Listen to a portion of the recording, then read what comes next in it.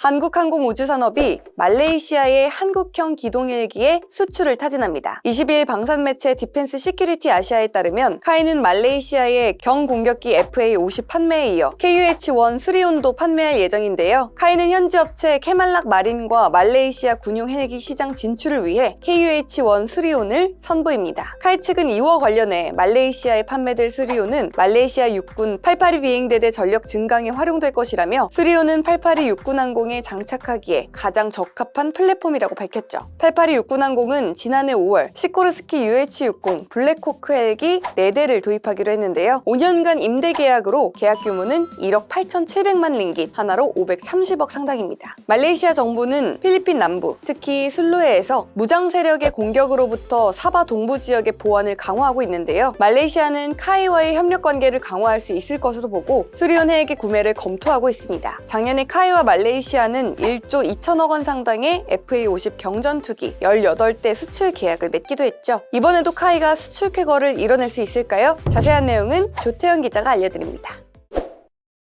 이번 주인공은 한국항공우주산업입니다. 이름이 잘 안 붙는 이름인데 그냥 카이라고 계속 부르도록 하겠습니다. 말레이시아 쪽에 수리온을 수출한 이거를 타진하고 있다는 소식인데요. 최근 들어서 말레이시아가 국산 무기, 특히 카이 쪽과의 협력을 계속적으로 강화하려는 움직임을 보이고 있는데, 이런 상황 속에서 수리온도 어필을 하려는 그런 모습으로 풀이해볼 수가 있겠습니다. 말레이시아는 바로 여기에 있는 나라입니다. 동남아시아 쪽에서는 말레이시아가 경제적으로 상당히 발전한 나라인데요. 최근에는 AI에 관심을 많이 기울이면서요, 이쪽에서 잠재력을 보여주고 있다, 이런 평가도 받고 있고요. 그런데 문제라면 이 나라 역시 지정학적인 리스크에서 그렇게 자유롭지는 않다는 점을 꼽을 수가 있겠습니다. 일단은 그 유명한 남중국해가 바로 이쪽이죠. 중국이 9단선까지 주장을 하면서 이쪽에서의 분쟁이 갈수록 가열되는 분위기입니다. 사실 남중국해에 인접한 모든 국가가 개입된 분쟁이라 볼 수 있는데요. 당연히 말레이시아 역시 당사자라고 할 수가 있겠고요. 말레이시아와 중국과의 관계는 나쁜 듯 하면서도 경제적으로는 협력을 많이 하는 관계인데, 기본적으로 중국은 말레이시아의 가상 적국입니다. 여기에다가 술루에 쪽에 무장 세력 문제까지 있고요. 이거는 DB금융투자에서 나온 리포트 보면서 조금 더 말씀을 드리도록 하겠습니다. 최근 들어서 두 권위주의 세력, 그러니까 러시아의 우크라이나 침공, 그리고 언제나 안 그랬냐만 시진핑의 집권 이후에 패권주의 성향을 아주 노골적으로 보이는 중국, 이 두 나라가 계속적으로 꿈틀거리니까요. 이게 세계 평화에는 부정적인 요소가 되고 있습니다. 다만 국내 방산 기업에는 상당한 기회로 작용하고 있는데요. 지난해 폴란드 쪽에서 수주가 이어진 것도 여러 차례 말씀을 드렸던 것처럼 러시아의 위협에 따라서 국방력을 단기간에 강화할 필요가 있기 때문에 그랬던 거고요. 동남아시아와 인도에서 우리나라 무기에 관심을 많이 갖는 것은 역시 중국의 영향이 크다고 볼 수 있습니다.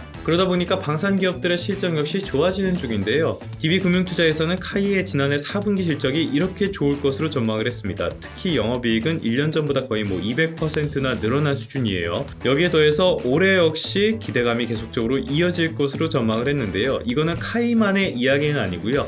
국내의 4대 방산 기업들, 하나 에어로스페이스, 그리고 현대로템, LIG넥스원, 여기에 카이까지, 이런 기업들의 지난해 매출은 1년 전보다 20% 넘게 늘어난 것으로 추정이 되고요. 영업이익도 50%가량 증가했을 것으로 지금으로서는 분석하고 있습니다. 이런 K방산의 호조는 올해도 계속 이어질 가능성이 크다고 보고 있습니다. 제품과 가격, 그리고 생산 경쟁력을 갖추었는데 여기에 지정학적인 리스크가 계속적으로 이어지다 보니까 K방산에는 좋은 환경이 만들어진 셈이죠. 문제는 정책적인 지원이 여기에 따라오지 못한다는 점을 들 수가 있겠습니다. 지금도 수출입은행법 개정이 지연되면서 방산 수출에 걸림돌이 생겼다, 이런 평가들이 나오고 있잖아요. 특히 총선이라는 선거를 앞두고 있다 보니까 정치권이 정책적인 측면들은 뒤로 밀어두는 경향들이 좀 눈에 띄고 있습니다. 수출입은행의 법정 자본금을 늘리는 이 정도 논의조차 결론을 지금 못 내고 있어서 수출에 문제점이 생길 수 있다, 이런 우려가 나오고 있는데요. 정치가 경제의 발목을 잡는 일이 계속적으로 반복이 된다면 결국에는 경쟁력 하락으로 이어질 수밖에 없다는 점은 명심해 줬으면 좋겠습니다.